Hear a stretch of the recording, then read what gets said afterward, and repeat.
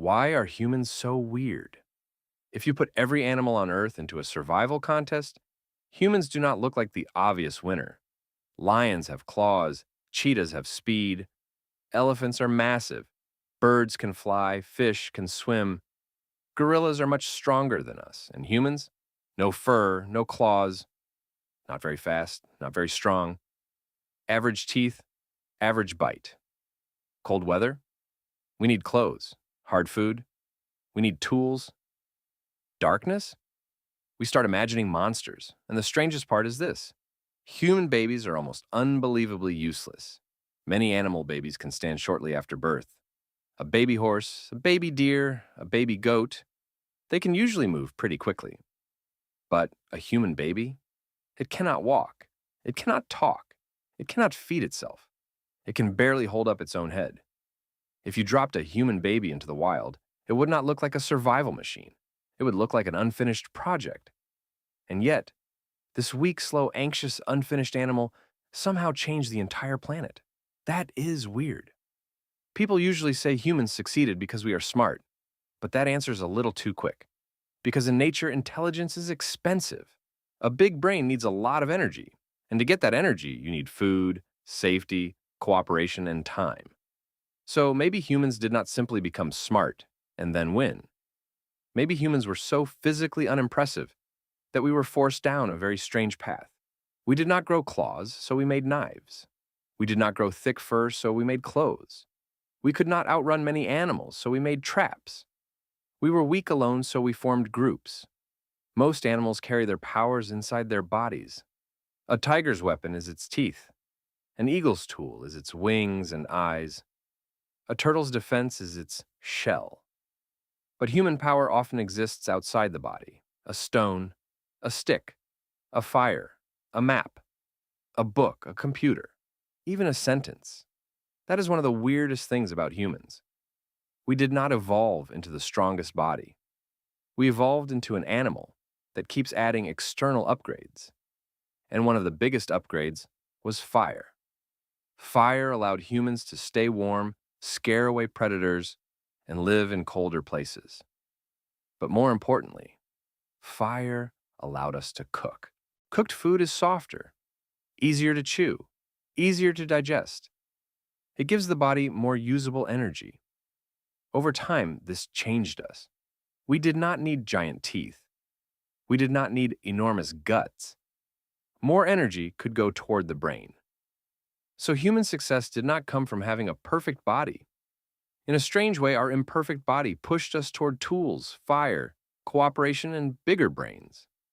And then came something even stranger: language. Animals communicate too. They warn each other about danger. They call for mates. They signal fear, hunger, and aggression. But human language does something much weirder. We do not just say, "There is a lion over there."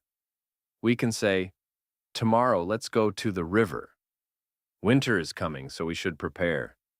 If you help me now, I will help you later." Maybe there is something better beyond that mountain. Humans can talk about things that are not here: the past, the future, plans, promises, possibilities, and then humans go even further. We talk about things you cannot touch at all. Money. A piece of paper cannot feed you. It cannot protect you. It cannot keep you warm. But if enough people believe in it, that paper can become food, clothing, shelter, and power. A country. You cannot find a glowing borderline drawn across the earth. But millions of people believe in that line, protect that line, and sometimes die for that line. A company. A company is not a person. It is not a rock. It is not a tree. But it can own property, sign contracts, hire workers, and somehow make you show up at 9 a.m. every morning. This is deeply strange. Humans are not powerful only because we see reality. Humans are powerful because we can share imagination. That may be one of the biggest differences between us and other animals. A pack of wolves can hunt together. Ants can build colonies. Birds can migrate in groups. But millions of humans who have never met each other can cooperate because they believe in the same story. The same nation, the same currency, the same law, the same mission, the same future. That is not just cooperation. That is imagination at scale. So why are humans so weird? So why are Because we live in two worlds at the same time. The first world is the physical world. Food, weather, bodies, disease, death. The second world is the story world. Money, identity, law, religion, dreams, meaning, the future. Most animals mostly live in the first world. Humans built the second world so large that it now controls the first one. We work for futures that do not exist yet.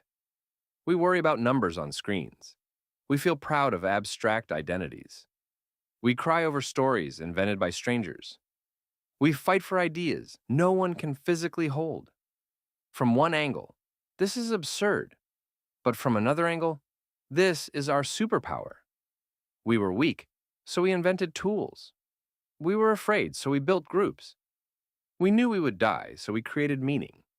We were confused, so we started asking questions. Humans are not the strongest animal on Earth, not the fastest, not the most graceful, not the most naturally prepared. A lot of the time, we look like a nervous, unfinished species that creates problems almost as quickly as it solves them. But because of that, humans looked up at the stars, studied the universe, wrote history, created art, built cities, invented science, and eventually made videos asking, why are humans so weird? Maybe the answer is this: human weirdness is not a mistake. It is the way we became human.